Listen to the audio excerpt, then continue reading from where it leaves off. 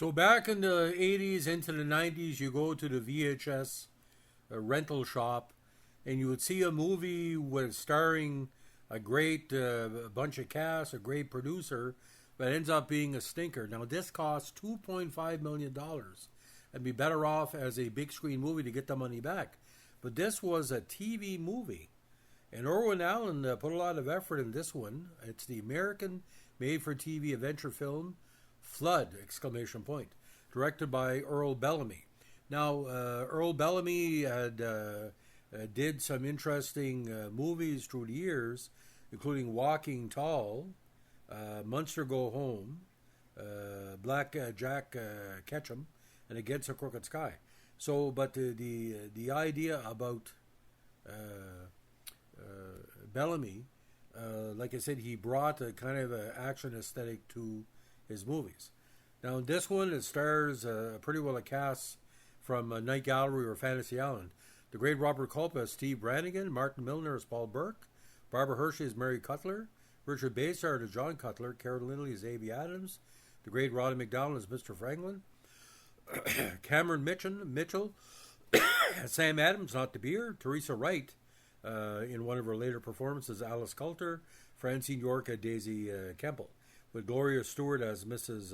Parker and Jack Collins as Jack Spangler. Now, written by Don Ingalls, executive producer Irwin Allen, producer Al Gale.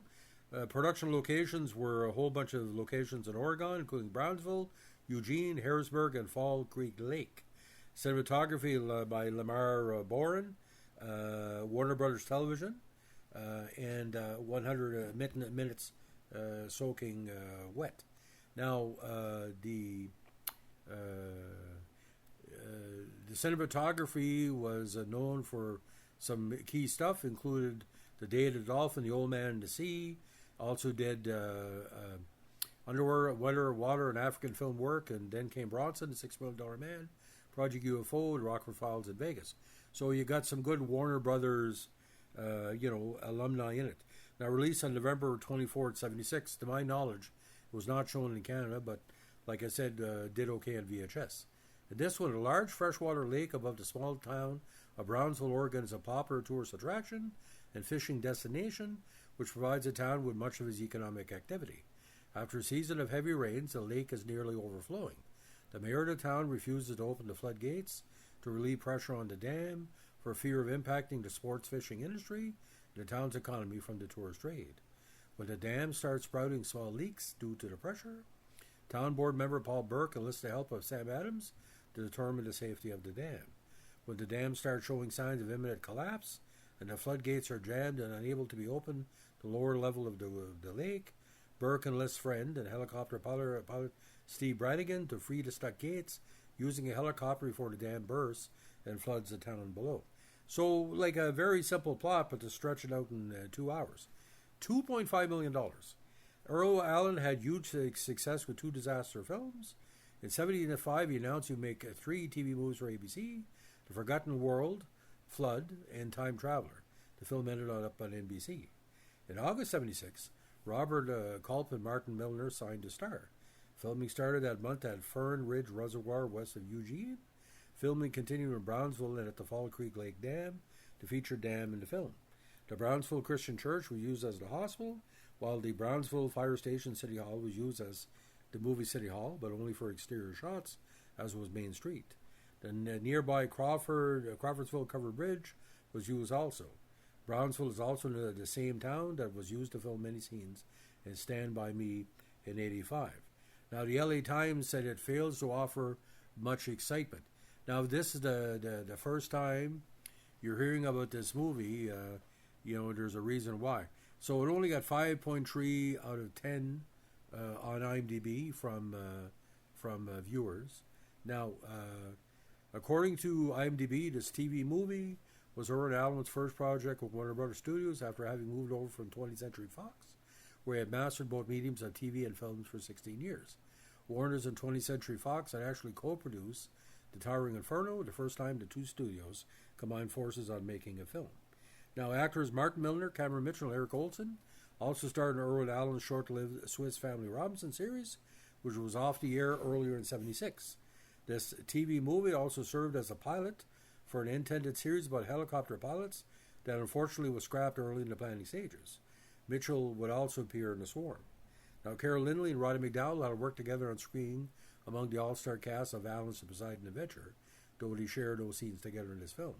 They also had worked together on screen along with another of the co-stars in the movie, Teresa Wright, another TV disaster movie, The Elevator, again, although neither of them works directly with Wright this time around. Now, the cast includes people who have worked with producer Allen on other projects, most regularly Elizabeth Rogers, who had appeared everything from The Time Tunnel to Sabotage, and later Poseidon Adventure. Now, Whit Bissell was also a regular as well. Now, the movie itself, ladies and gentlemen, did win some awards or was nominated under the Academy of Science Fiction, Fantasy, and Horror Films USA. It was a 2024 nominee of her Saturn Award, Best Film Home Media Collection Release, along with the Irwin Allen Collection, which included Fire, Hanging by a Thread, Beyond the Poseidon Adventure, When Time Ran Out, and other films. Now, the cast itself, like I said, that's not an insult, because you watch Night Gallery or any episodic Fantasy Island, but some of the user reviews are quite interesting. One writer says on IMDb, there was a 2.75 out of 5 on that cliched 70s disaster movie scale. Among many other contemporary trends, hypes, and subgenres of the glorious 70s decade, yours truly is a diehard fan of typical disaster movies of that era. Condition 1, without producer Irwin Allen, there wasn't a budget for special effects and thus no movie. Well, Allen was a producer of Flood, but it's a made-for-TV film, hence the budget was significantly smaller than, say, The Towering Inferno or The Poseidon Adventure. Still, for a TV film, it looked quite good, and meets the other tropes as well. So for a Sunday, like I said, a Sunday afternoon is not too bad. But the fact is, it got a lot of plug in Oregon because a lot of people said, well, maybe it's going to open motion pictures to the beauty of the region. I think through the years there's been several productions in Oregon. But Robert Culp is a helicopter pilot. I can't get behind that. Lee Majors, maybe. Or maybe Patrick Duffy, but he was still... Patrick Duffy wasn't Patrick Duffy back then. So Flood, exclamation poems by Irwin Allen. You can find it on... It's free on YouTube. And it, again, looks like a TV movie, but I think it was released in international territories. If anybody knows, let me know.